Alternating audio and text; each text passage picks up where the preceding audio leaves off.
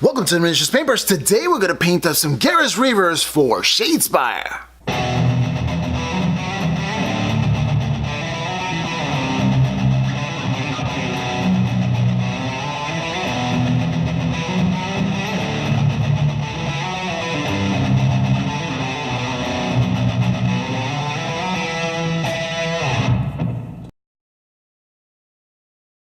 Hello and welcome back. Alright, so let's do the Bloodreavers here. Here's the complete set right here. This is what they look like when I completed it. And that's what they look like on the Shadespire table, which I hope to get some battle reports for you, playthroughs. Alright, I'm going to start off with some Steele Res Black Primer, and I do this to the entire set there. And next, some dark Fleshtone for this one. I'm going to play around with Fleshtones quite a bit, so you're going to see a lot of different varying Fleshtones. And this is just me playing around and discovering new things. I really encourage that when you're painting, just to try new things and see what works and what doesn't. Go back and forth until you're happy. Alright, some dark Fleshtone, Vallejo game color. Just going to hit in and I'm going to mix in some violet game ink with that just to hit the shadows and just build them up. Now this is not Zenithal Prime, so it's a little different. Some more dark Fleshtone, but this time with a little bit of bone white. I'm hitting the hand areas, which are lighter, with this skin tone. Also going to come back and hit Druchii Violet just to reinforce those shadows. I found it like a little hard to get really in the shadows without overwhelming it in the purple, and that's what I use. I use some kind of purple or violet to get the shadows for a really dark flesh tone. Alright, now this guy right here, a little different flesh tone. I'm going to start out with that dark flesh tone again. I'm mixing it with some bronze flesh tone from Vallejo game color. And again, playing around with colors. And this is what you need to do. And when you get something you really, really like, write down the formula. So this way you can keep using it if you ever wanted to use that again. Alright, this is a dark flesh tone mixed in with some bronze flesh tone. And I actually wanted to lighten up with some bone white, and that's just for, trying to zenithal it, trying to get, playing around with different colors, just different ratios, until I got what I was happy with. Okay, next, some Garrek's Earthshade, and that's going to intensify the shadows coming in from underneath. Again, for the really, really dark flesh tone, I hit it with purple, and this one I'm just doing some different colors. Again, I can't stress it enough. Play around with your colors until you find what you like. I can't give a hard, fast ratio because different paints are different, essentially. So some bronze flesh tone, some Garrek's Earthshade for this fella right here. Going for more of a Latino-based flesh tone, I guess. I can say that because I'm Latino. Trying to go for my complexion here. I don't know. Some dark flesh tone and some dark flesh. And going on next with some dark flesh, just getting into the recesses in there, really just trying to bring out and highlight and spot some colors there, which is really interesting to do with these guys. Some Seraphim Sepias next, and just hitting that with the shadows as well, and trying to see where that leads me. Again, experimentation is the key. This is exactly what I do throughout the entire 19 minutes of the video. All right, or so. All right, some medium flesh tone for this fellow right here, mixed in with some dark flesh, and then finally hitting up some bronze flesh tone as well. I'm going from a darker palette into a lighter and lighter. I keep on getting lighter, although each person is going to be tanned. Okay. Alright, now some flat flesh, playing around with certain areas, just trying to bring out just the tops of the muscles here, and just really just bringing out certain muscles and playing around with that type of flesh tone. So far the only flesh tone I've ever done were more like a dead flesh, so this is definitely an adventure. Seraphim Sepia, again hitting it from the bottom, and I do go back and forth with flesh tones until I'm happy. I try to do most of this with an airbrush. If you do not have an airbrush, that is okay. So a little bit of wet blending would do you justice there. Or just slowly layering or glazing. There's a lot of different ways. Khaki Gray is a new color I'm introducing here. And I saw it down the shelf, and I was like, okay, let's try that. And basically, I have several shelves and racks full of paint, and I just look at the color and say, okay, let's try that. That's all I do when I paint. Again, Khaki Gray, and now we're going to mix it with some Barbarian Fleshtone from the Army Painter. And yeah, I just mixed it up there. Again, I saw the color on the shelf, and I said, hey, you know what? I haven't used this, so let me try. And that's exactly what I did. All right, going up with some flat flesh right now. Really trying to pick out the highlights here. Again, this is just a base for the painting. I go to the paintbrush right now. Okay, now this I'm getting some Sombre Grey for those pants mixed in with some black ink just to tone it down. Sombre Grey was a little too light for me. And then just black. Some of that ink helps it flow better, and I'm playing around with inks for a lot of different things. I'm going to do an ink wash later. All right, you can see I'm using wet palette. And this is how I mix paint on my palette. So I just do a couple of drops on the wet palette. Like here I'm doing ink with some red, Mephiston red, and I'm just mixing it together. And if you see, when you draw it out, it draws back in, and then I just wipe it off and wick off the paint. It's really important to wick off the paint, any excess paint that you have, so this way you have control when you do your brush strokes. Okay, a little bit too much, then you just go back and repeat the process. But basically, you can get a lot of different colors by doing it this way. Alrighty, I have the Masterson wet palette, by the way, and I love to use that. Now we're going some Mephiston red mixed in with some black ink, and really just getting these boots down, and I'm making a nice burgundy color for his boots. And whatever else I want to accent color with, that's a great accent color. I like the way it worked out for him. Next up, I'm going to hit some Mephiston red, just to really bring out some of his armor. Now, I did a lot of different ways to do red armor on this one. This is just straight, easy speed painting way to do it, which is just some straight Mephiston red. And just to make some highlights, some Evil Sun Scarlet. And basically, that's the GW formula right there. And then you get some kind of orange to do edge highlighting if you want to. That's like basically a GW kind of way to do it, which is really simple and really innovative for the fact that you can build armies quickly by doing it just in that fashion.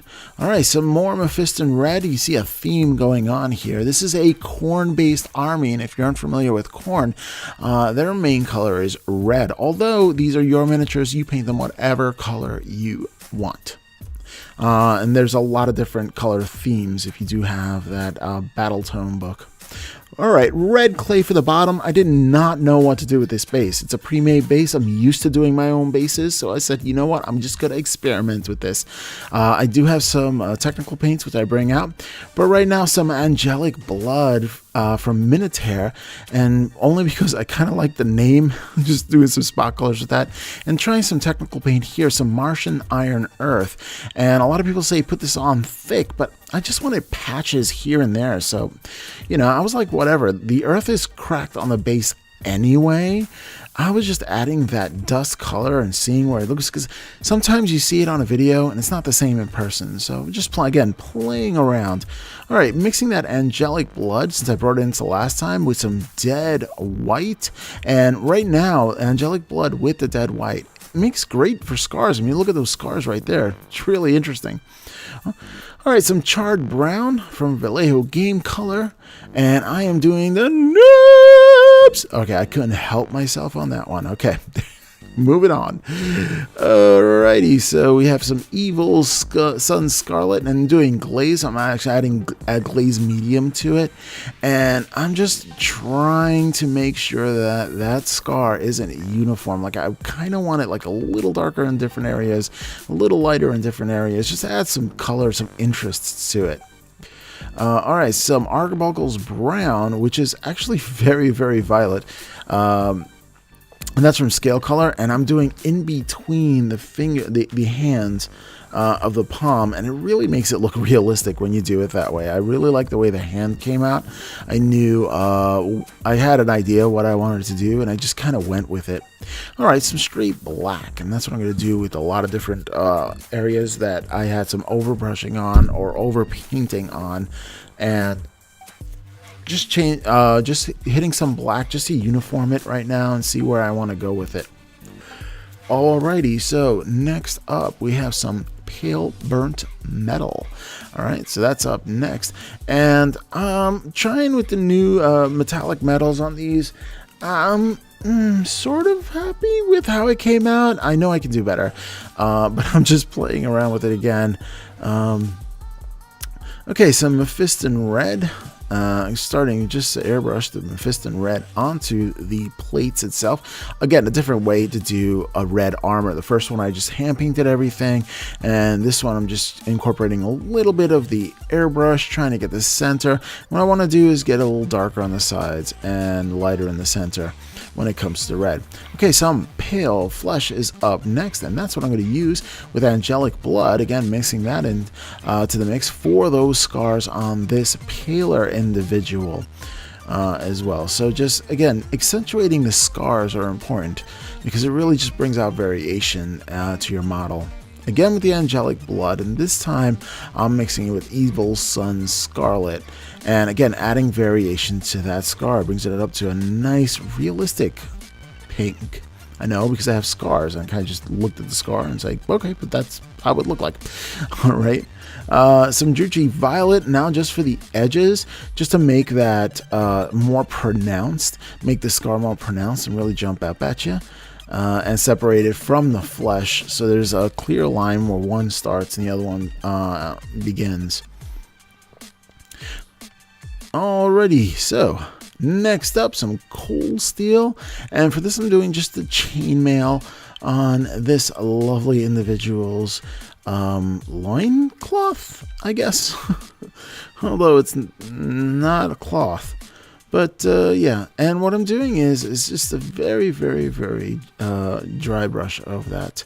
All right, Bootstrap leather from Formula P3. Really do love that color. I do. I just do. I think it's really cool. I really like the way it looks on my Troll Bloods when it comes to leather, so I just have an affinity for it. All right, next we're going to do some Arbuckles Brown. And that's just going to separate the belt from the stomach. Also, it's going to hit nice shadows underneath the muscle. Some people just want to throw a wash in there, but I intentionally put shadows onto the miniature. It adds control for me. It's great practice for me. Now I'm just playing around with some metallics here, but I'm mixing in Mephiston red this time with some intense red ink to really bring that redness out, and then some pale burnt metal and just giving a metallic hood. And I don't know why, but I just felt like it, so I was just playing around with it, and I had to play around with this some more. See, right now it's a little bit too on the pinkish side, so I had some intense red and some black ink just to tone it down, add some shadows to it right there. And that was a lot of fun to do, to play around with different kind of metallics on the cowl there. All right, so some intense red ink for a final top glow, and I do like when it comes to metallics and using inks, because inks are naturally shiny, so and so is the metallic, so you don't really lose any of that. Even with the shade gloss, you don't get quite as glossy as you get with inks for metallics or anything that you want to shine to. All right, next up, some black ink. All right, just some straight black ink, and I'm just doing some lining with it.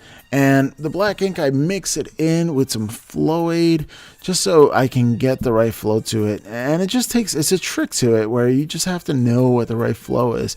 And so it's not like pouring and gushing over the miniature, but once you hit in the recess, it kind of goes straight around.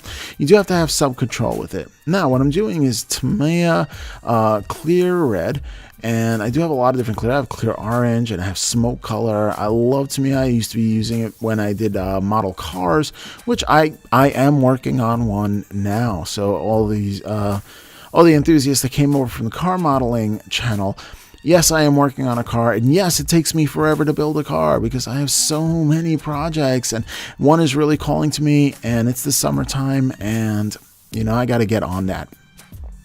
All right, next up, this is my favorite way to do red. Now, you can have all the other ways to do red. You can check that out with the metallics and everything else, but we're going to just, starting out with the darker colors there, with the black of Mephiston red, and I'm just going to get the center of the armor plates as well as any kind of like iconography for Khorne. All right, and then just getting that black base coat right here, some Mephiston red. And I mix that in with some Glaze medium, just straight Mephiston red. So we got the Mephiston red with the black, and now just Mephiston red. And you're going to see as I'm layering up, I'm painting less of an area on that metal piece. Now this takes a little longer, but I like the effect the best. All right, some Evil Sunz Scarlet, a Glaze, that's with a Glaze medium, add to it. And I'm just blending the lines, it's just painting a smaller area. So you have the darkest on the outside, and its gradient is getting less and less because you're painting a smaller area towards the middle.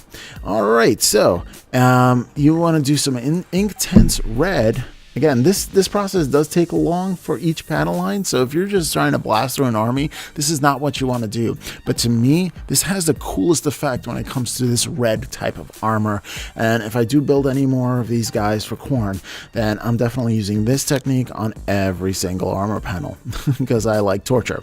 Alright, Carroburg Crimson next. I do like the GW shades. It doesn't have that reflective coating that I want to because it's not the glossy one, and I do like the matte finish for that. For this one in particular, my favorite method for red armor. And next up, what I'm going to do is just hit some Wild Rider red, and this is Citadel layer color for that final red tone right at the tip. Again, intense red is that glossy look, and we're trying to tone that back, and that's just like at the middle, and you can see that right there.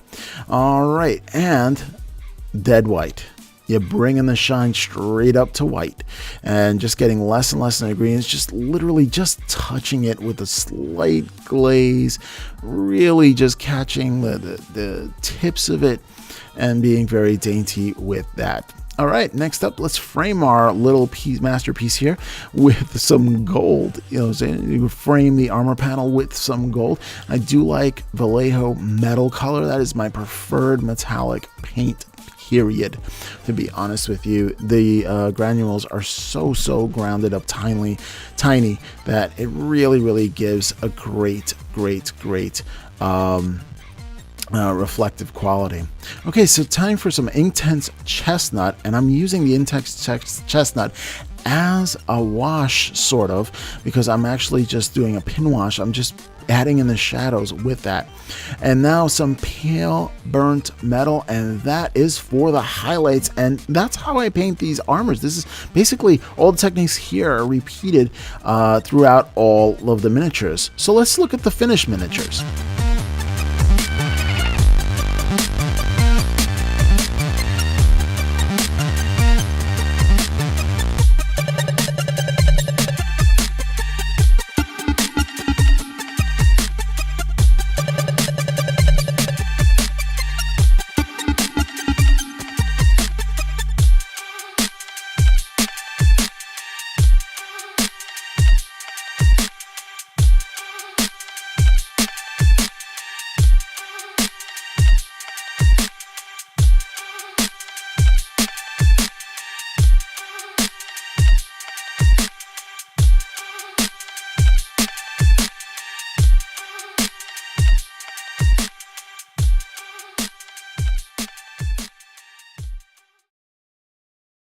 All right, it's all done. Now, I used a lot of different techniques and a lot of different models. I've never really painted red armor before, so I was trying new different techniques for each model. I settled on one that I like the best, but you may like one of those techniques the best. I also did a lot of different skin tones, so this way, if you're playing around with skin tones, add a little bit more purple in, or add a little bit more pale flesh tone in. It just depends on where you want your model, right? So on this adventure, I hope you enjoyed it. And if you did, like, share, comment, and subscribe. And I'll catch you next time on the Miniatures Paintbrush.